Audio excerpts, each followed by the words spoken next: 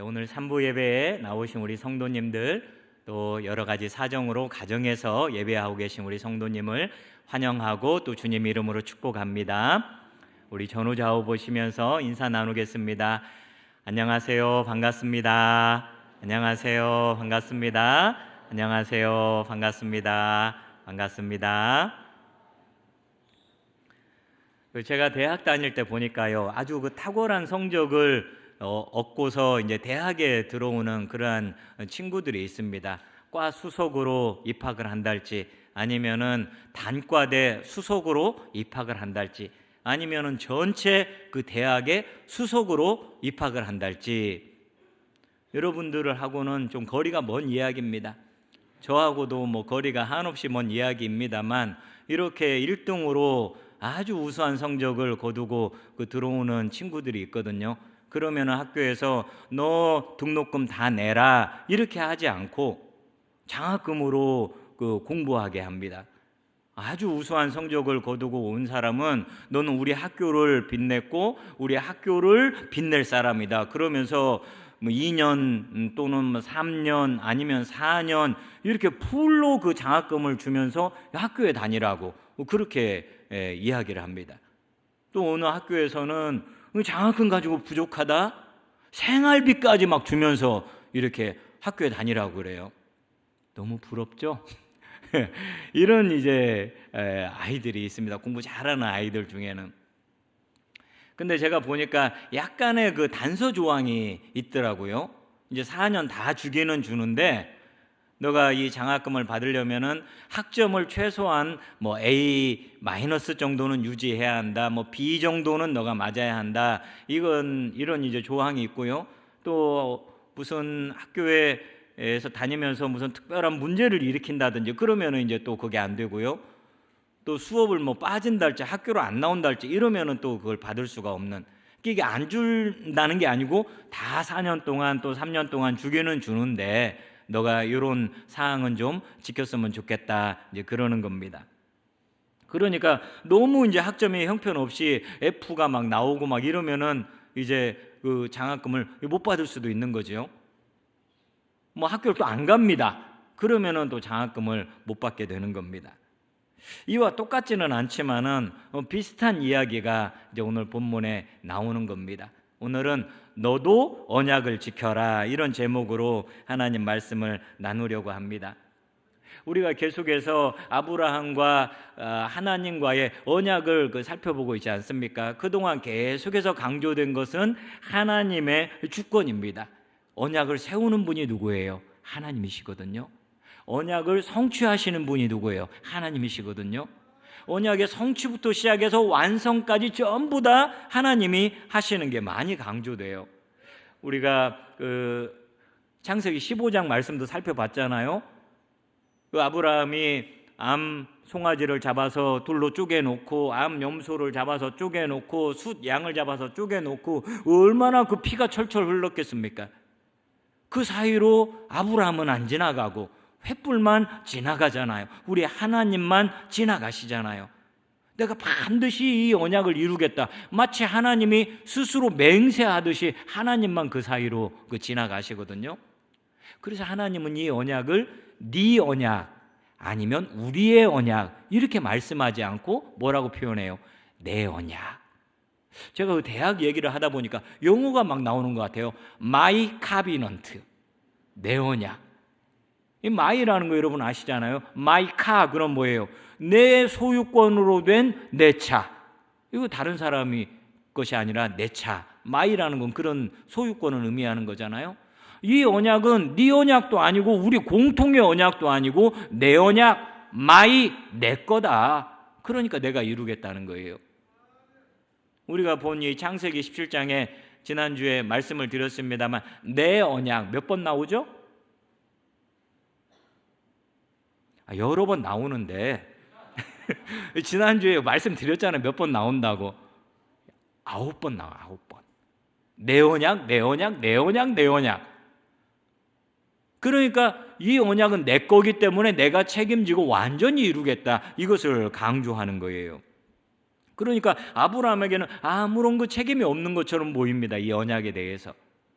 그냥 그 속담에 보면은 굿이나 뭐고 떡이나 먹는다 이런 말이 있잖아요. 가만히 있기만 하면은 그 떡을 받는 거 아니에요?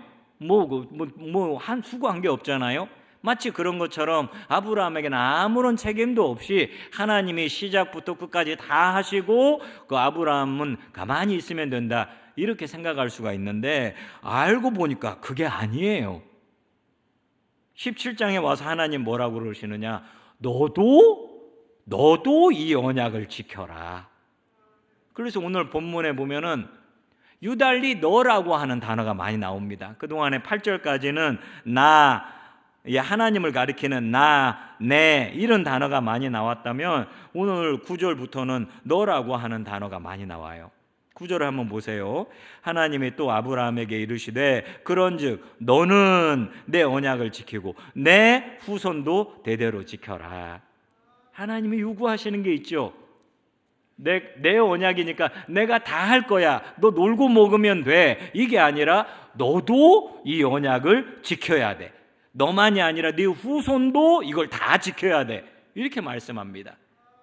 그러면은 이 아브라함과 후손이 지켜야 할 언약의 내용은 뭐예요? 그 언약은 뭐예요? 어떤 언약을 지켜야 돼요? 그 언약의 내용이 7절과 8절에 보면 나옵니다. 제가 7절 읽고 여러분이 한 8절 한번 읽어보겠습니다. 내가 내 언약을 나와 너 및 내 대대 후손 사이에 세워서 영원한 언약을 삼고 너와 내 후손의 하나님이 되리라. 내가 너와 내 후손에게 내가 거류하는 이 땅 곧 가나안 온 땅을 주어 영원한 기업이 되게 하고 나는 그들의 하나님이 되리라. 아멘. 여기 보면 언약이 뭐예요? 하나님이 아브라함의 하나님이 되는 게 언약이에요. 하나님이 아브라함 후손들의 하나님이 되는 게 그게 이 언약이에요. 그 후손을 하늘의 별처럼 바닷가의 모래처럼 땅의 티끌처럼 많게 하겠다는 게 이 언약이에요. 거기에 덧붙여가지고 가나안 땅을 내가 기업으로 주겠다, 너의 후손에게 주겠다, 이게 언약이거든요. 여러분 이 언약을 잘 살펴보면 이게 전부 다 누가 하신다는 거예요? 하나님이 하신다는 거거든요. 아브라함은 할 게 없어요. 큰 민족으로 만드는 것도 하나님이 하시는 일이요, 땅을 주는 것도 하나님이 하시는 일이에요. 그런데 그 언약을 아브라함도 지키라는 거예요. 할 게 없는데 아브라함이? 할 게 없는데 그 어떻게 언약을 지킵니까? 하나님이 아브라함이 지켜야 할 한 가지 이 언약을 그걸 요구하시는 게 있습니다. 하나님께서 10절 말씀을 보세요. 너희 중 남자는 다 할례를 받으라. 이것이 나와 너희와 너희 후손 사이에 지킬 내 언약이니라. 그러니까 하나님께서 너가 나의 백성이 되고 너가 나의 특별한 민족이 되고 이거에 대해서 하나님께서 요구하시는 것이 할례라고 하는 것을 요구합니다. 남자는 할례를 받아. 이 할례라는 것은 남자의 생식기 끝부분을 잘라내는 것을 말하거든요. 요즘에는 포경 수술이라 이렇게 부릅니다. 그러니까 하나님은 이 하나님의 백성이 된 어떤 표를 몸에다가 갖기를 원했어요. 하나님의 언약을 몸에다가 새기기를 원했습니다. 지난주에 아브람 이름을 아브라함 이렇게 바꿨잖아요. 그러면서 하나님의 언약을 아브라함의 이름 속에 집어넣듯이 우리의 몸의 일부에다가 하나님의 언약을 집어넣기를 원했다는 거예요. 그래서 할례를 받으라는 거예요. 그럼 아브라함이 그 모든 그 인류 가운데 최초로 할례를 받은 사람이냐? 그건 아니에요. 이 할례라는 것은 이 당시 중근동 지역에 있었던 풍습입니다. 애굽 사람들도 할례 받은 사람이 있고 가나안 사람 중에도 어떤 족속은 할례를 행해요. 언제 할례를 행하냐면 성인식을 할 때 아니면은 결혼하기 전에 이런 때 특별한 어떤 변화가 있을 때 이 사람들이 이제 할례를 행했던 거예요. 근데 아수르 지역 사람이랄지 바벨론 지역 사람들은 할례를 이런 풍습이 없었습니다. 아브라함은 어디 살았죠? 바벨론 지역에 살다가 이사를 온 거거든요. 그러니까 아브라함은 할례를 안 받은 그러한 사람인데 하나님께서는 이 할례라고 하는 풍습을 아브라함에게 이제 알려주면서 거기에 새로운 영적인 의미를 부여하고 있는 거예요.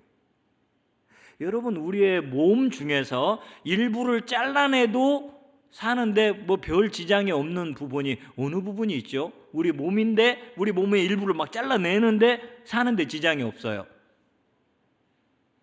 손톱, 발톱, 머리카락.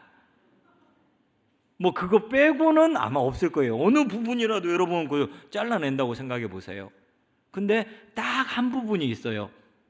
그 남자의 생식기 끝부분, 거기에 있는 피부를 딱 잘라내면은 그 사는데 아무 지장이 없어요. 참 신기하죠? 제가 의사가 아니어서 뭐 정확하게는 모르지만은 그 부분을 잘라내도 그 별 그 이상 없이 잘 살 수가 있습니다. 그 잘라내는 그 피부가 얼마나 되겠습니까? 난지 8일 만에 행하는데 정말로 뭐 그 눈곱만 할 거예요. 몇 미리그램도 되지 않는 아주 작은 피부를 잘라내는 겁니다. 그런데 굉장한 의미가 거기에 담겨져 있는 거예요. 피부의 일부를 그 잘라내 버리는 것은 어떤 의미가 있느냐? 하나님의 백성 되기 이전의 삶을 잘라버리는 그런 의미가 있는 거예요. 할례를 행함으로써 이제 나는 하나님과의 언약 속에 들어가고 하나님의 백성이 된다, 이런 의미가 거기에 담겨져 있는 거예요. 오늘날 우리는 할례를 행하지는 않잖아요. 예수님이 오신 다음에 그 아브라함 시대 때부터 했던 그 할례는 뭐로 대치가 됐는지 아십니까? 예수님이 오심으로 해서 세례로 그것이 대치가 됩니다. 구약의 할례는 신약의 세례로. 그래서 우리는 세례를 받음으로 내가 하나님의 백성이다, 이런 표를 가지는 거예요. 골로새서 2장 말씀 한번 보세요. 2장 11절 12절에 보니까 또 그 안에서 너희가 손으로 하지 아니한 할례를 받았으니, 할례 받았다고 합니까? 안 받았다고 합니까? 할례를 받았다는 거예요. 손으로 행하지 아니한 할례를 받았으니 곧 육의 몸을 벗는 것이요 그리스도의 할례니라. 너희가 세례로 그리스도와 함께 장사되고 또 죽은 자들 가운데서 그를 일으키신 하나님의 역사를 믿음으로 말미암아 그 안에서 함께 일으키심을 받았느니라. 여러분, 할례 받았어요? 할례 받았다는 거예요. 그리스도의 할례를 받았는데 그게 뭐냐? 바로 세례 받는 것, 이게 바로 할례입니다. 저와 여러분이 그리스도를 구세주로 고백하고 내 죄를 위해서 우리 예수님께서 십자가에 달려 돌아가셨습니다. 이제부터 예수님은 나의 주인이 되십니다. 예수님만이 내 생명의 주관자가 되십니다. 이렇게 고백하면서 예수님을 우리가 마음속에 모셔드리는 것, 그 다음에 우리가 세례를 받잖아요. 이 세례는 예수님과 함께 십자가에 죽고 예수님과 함께 부활하는, 연합하는 것을 나타낸다는 거예요. 그러니까 저와 여러분이 영적으로 모두 다 아브라함의 후손입니다. 우리가 세례를 받음으로 하나님의 언약 백성이 되었구나, 여러분이 이 사실을 믿으시기를 주님의 이름으로 축복합니다. 하나님이 이때 언약을 맺은 당사자가 누구냐? 아브라함과 아브라함의 후손들이에요. 그럼 할례 누가 받아야 돼요? 아브라함과 아브라함의 후손이 할례 받으면 되죠? 근데 그게 아니에요. 거기서 더 나가요. 하나님이 12절 말씀 한번 보세요. 같이 한번 읽어보겠습니다. 너희의 대대로 모든 남자는 집에서 난 자나 또는 너희 자손이 아니라 이방 사람에게서 돈으로 산 자를 막론하고 난 지 8일 만에 할례를 받을 것이라. 아멘. 여기 보니까 누가 할례를 받습니까? 아브라함과 아브라함의 혈통을 이은 후손들은 당연히 받는 거요. 또 누가 받아요? 아브라함 혈통이 아닌 사람들도 할례를 받습니다. 아브라함 혈통이 아닌데 집에서 난 자, 그 종이 애를 낳는데 아들을 낳았어요. 그럼 할례 받습니까? 안 받습니까? 할례를 받으라는 거예요. 이방인 노예를 돈 주고 사왔습니다. 그 사람 할례 베풀어요? 할례를 베풀라는 거예요. 여러분, 우리는 뭐 할례에 대해서 잘 모르지만은 이스라엘 백성들, 유대인들은 할례에 대해서 굉장한 어떤 자부심을 가지고 있었습니다. 이것이 민족의 상징과 같은 거예요. 자기 몸에다가 그것을 새김으로써 우리는 하나님의 백성이다, 아브라함의 후손이다, 말할 수 없는 그 자부심을 가지고 살았습니다. 그리고 할례 안 받은 것들, 이방인들 있잖아요. 이 사람들을 얼마나 그 무시하며 살았는지 몰라요. 공중 목욕탕 가면 다 알 수가 있거든요. 누가 할례 받았는지 안 받았는지. 그래서 할례 안 받은 사람을 그렇게 무시하고 왜 하나님께서는 저 이방인들을 만들었을까? 할례도 못 받는 저들을 왜 만들었을까? 저들을 그 지옥의 땔감으로 만든 건 아니겠느냐, 이런 식의 그 생각을 할 정도였어요. 그러니까 자기네 그 민족이 가지고 있는, 하나님의 백성이 행하고 있는 이 할례에 대한 자부심이 대단했거든요. 그러니까 그것을 그 남에게 쉽게 주지 않는 거지요. 근데 오늘 하나님께서는 뭐라고 하시느냐면, 그 돈으로 산 자들, 노예를 말하는데, 빚도 갚지 못해가지고 전쟁에서 패해가지고 이렇게 포로로 끌려온 그런 노예들까지 전부 다 할례를 받으라고 할례의 문을 갖다가 활짝 열어준 거예요. 아브라함 집에 있으면은 누구든지 다 할례를 받아도 된다는 거예요. 받아도 된다가 아니라 받아야만 한다는 거예요. 우리는 이 감격을 잘 모를 거예요. 우리는 노예로 살아보지도 않았고 할례가 뭔지도 잘 모르기 때문에. 근데 내가 노예로 끌려와서 평생을 그냥 그 주인을 위해서 한평생 바치는 게 그 노예 아니에요?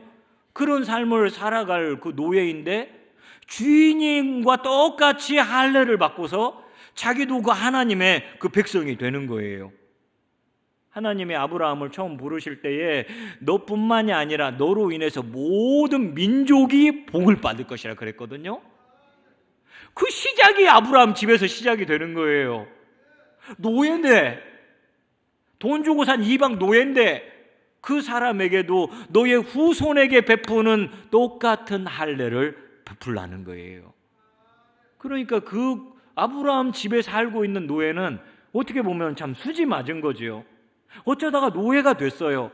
어쩌다가 남의 집에서 식모살이를 하게 됐지만은 그걸로 인해 가지고 하나님의 백성이 되는 길이 열렸다는 거예요.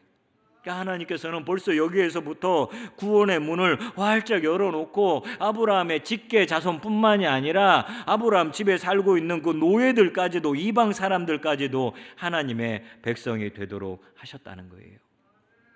하나님이 안식일 제도를 마련했잖아요.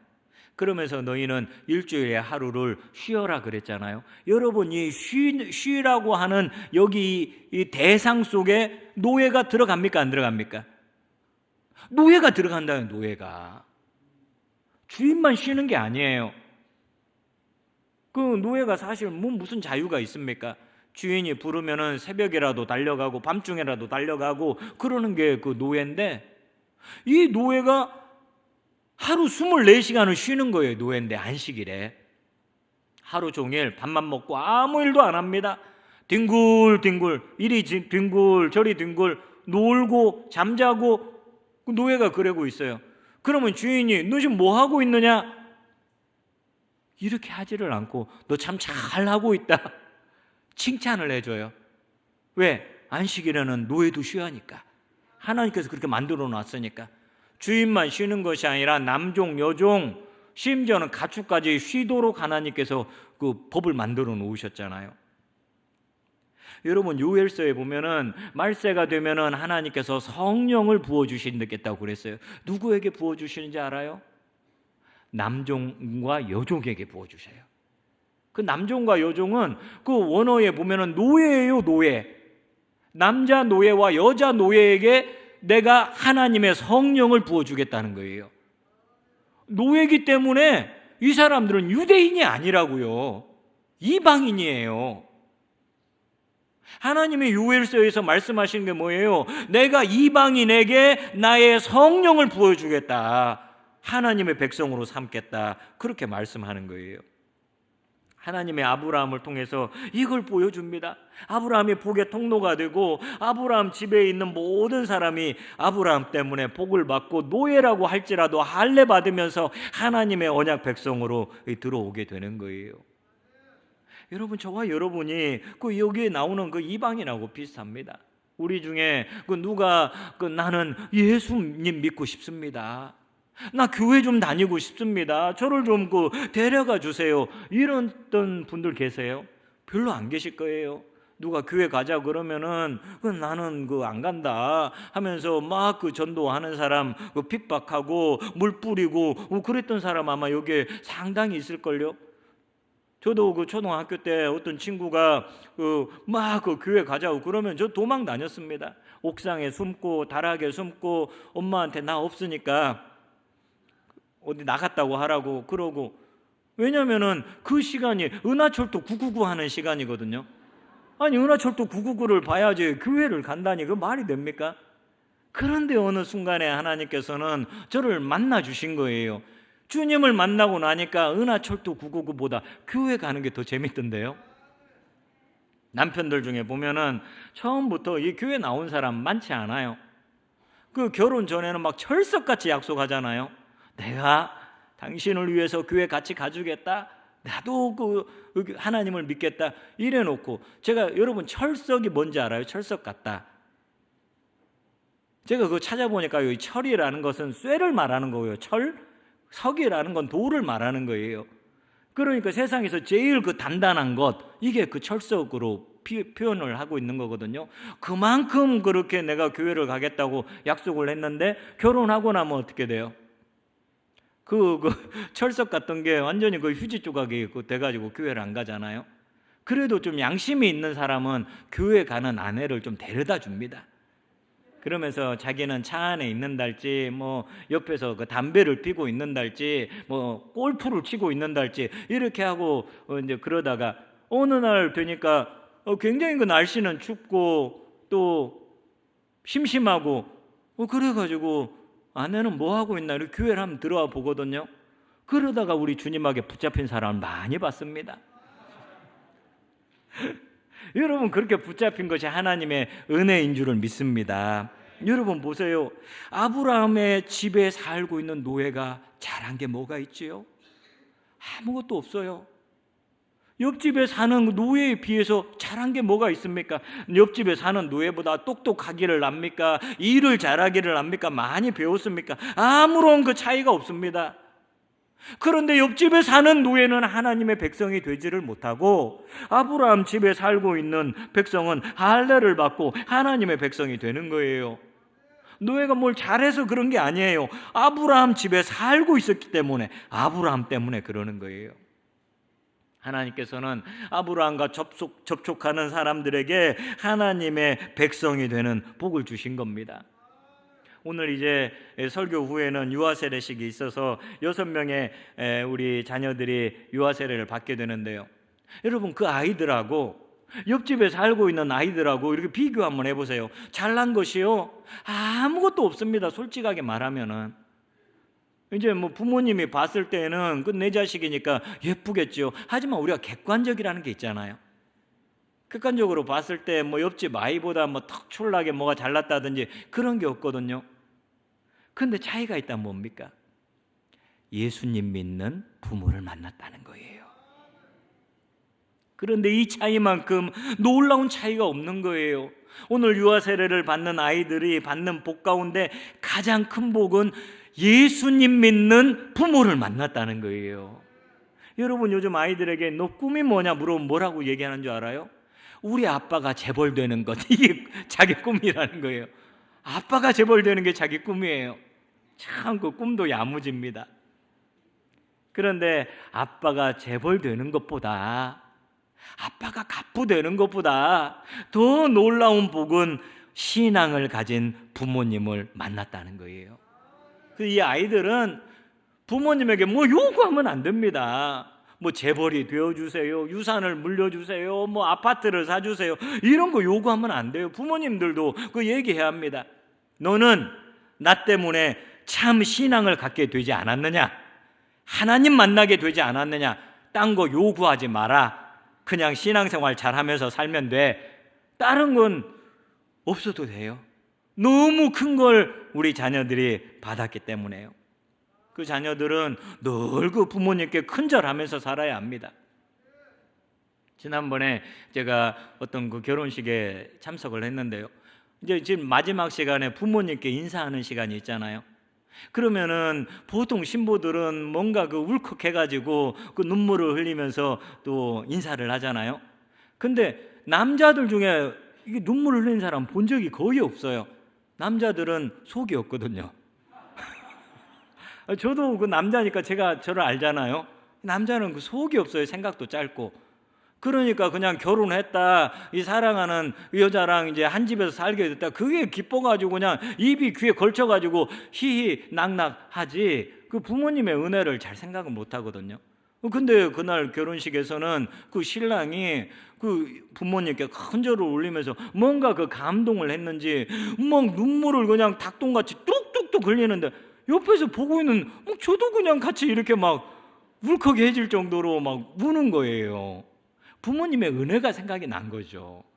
부모님이 나를 낳아주시고 나를 밥 먹여주시고 이렇게 키워주시고 또 대학 등록금까지 다 내주시고 병원에 데려가 주시고 이렇게 해가지고 내가 결혼까지 하게 됐으니 그 은혜가 얼마나 감사해요. 그러니까 막 눈물을 흘리면서 이게 인사를 하는데, 여러분, 그 중에서 가장 큰 은혜는 나를 예수님 만나게 해주신 것, 내가 하나님의 자녀가 되게 해주신 것, 그게 제일 감사한 거 아니겠어요? 오늘 결혼식 이 자리에서도 하나님을 찬양하는 찬송을 부르고 목사님을 모셔다가 하나님의 말씀을 듣고 끝날 때에는 주님의 이름으로 축도를 받고 결혼하게 되는 것, 이것이 가장 큰 은혜가 아니겠어요? 여러분 중에 그 아내 때문에 그 예수님을 만난 그 남자분들이 계십니까? 여러분, 그 아내는 할 일 다 한 겁니다. 할 일 다 한 거예요. 이런 집은 그 남편이 무슨 그 반찬 투정을 한다든지 국이 뭐 짜다든지 싱겁다든지 이런 말 하시면 안 됩니다. 어디서 그런 말이 나옵니까? 내 아내를 통해 가지고 가장 놀라운 복, 예수 믿는 복을 받았으니까 그거에 만족하고 기뻐하며 감사하는 삶을 살아야 하는 거예요. 여보, 내가 당신 만난 것이 당신이야말로 너무너무 나에게 그 복덩어리야. 내가 당신 때문에 하나님의 그 자녀가 되고 세례를 받았어. 나는 다른 것은 원하지 않아. 아무것도 원하지 않아. 그래야 합니다. 따라서 한번 하겠습니다. 나는 당신에게 아무것도 원하지 않아. 월급 안 갖다 줘도 괜찮아. 여러분, 이 배우자 때문에 우리가 예수님을 만나고 천국 백성이 되고, 아까 3부 찬양대 그 할렐루야 찬양대에서 찬양했듯이 구원 열차를 타고 우리의 인생을 살아가게 됐는데, 다른 것은 넘어갈 수 있다는 거예요. 사랑하는 여러분, 사람들이 나를 만난 것이 복이 되기를 축복합니다.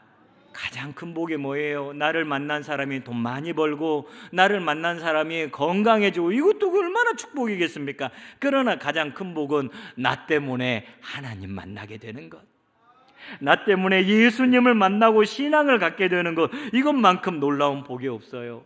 아브라함 집에 살고 있는 그 노예들이 아브라함 집에 들어와서 살고 있다는 것 때문에 할례를 받고 하나님의 백성이 되는 수제를 받은 것처럼, 저와 여러분이 만나는 사람들이 저와 여러분 때문에 하나님의 백성이 되는 놀라운 은혜를 받기를 주님의 이름으로 축복합니다. 오늘 3부 예배 때 그 베푸는 그 유아 세례는 이 할례의 기원을 두고 있어요. 사실은 유아 세례 받는 아이들이 뭘 알고 있습니까? 만 2세 이하의 아이들에게 유아 세례를 베푸는데 그 아이들은 그 뭘 하는지 아무것도 잘 몰라요. 갑자기 어떤 아저씨가 자기한테 오더니 물을 갖다가 머리에 막 찌클면서 손을 얹고, 뭐 얼마나 그 아이의 입장에서 당혹스러운 일이겠습니까? 한 번도 그런 일을 당한 적이 없는데, 지난번에 한 번은 12월 25일인가 그 하는 세례였는데 그 좀 미지근한 물을 해야 하는데 그냥 찬물을 떠온 거예요. 그래가지고 그 찬물을 갖다가 딱 이렇게 하니까 애가 놀래가지고, 그냥 애가 뭘 알겠어요? 아무것도 모른단 말이에요. 할례가 똑같아요. 할례는 난 지 8일 만에 행합니다. 그 아이는 이게 뭔지를 몰라요. 그런데 하나님의 명령에 따라서 그 아이의 그 고추 끝을 잘라내면서 너는 하나님의 백성이야, 이렇게 선언을 하는 거예요. 그러면서 그 아이가 자라면서 얘야, 너는 하나님의 백성이야, 내가 하나님의 백성인지 어떻게 알아? 뭐 고추끝을 봐봐, 고추끝을. 그게 하나님의 백성이라는 표시야. 이렇게 하는 건 아닙니까? 오늘 그 유아 세례가 그거예요. 오늘 유아 세례를 베풀므로써 그 자녀들이 나는 하나님의 언약 가운데 있는 언약의 백성이라는 증표를 가지게 되는 겁니다. 그러나 우리가 너무 잘 알다시피 할례만 받았다고 그래가지고 그 사람의 신앙이 그 보장되는 건 아니에요. 이스라엘 백성들 그만큼 할례에 대해 자랑했지만은 그 성경을 보면은 하나님하고는 전혀 엉뚱한 방향으로 살아가는 경우가 많이 있지 않았습니까? 4년 그 풀 장학금을 약속을 받았지만은 학점을 너무너무 못 받아가지고 그 장학금을 받지 못하는 거하고 비슷해요.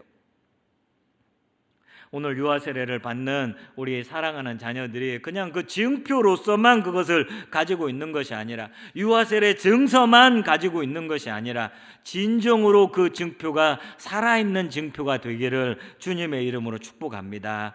그래서 그 아이들이 자라서 정말 믿음의 사람들 될 수 있기를 바랍니다.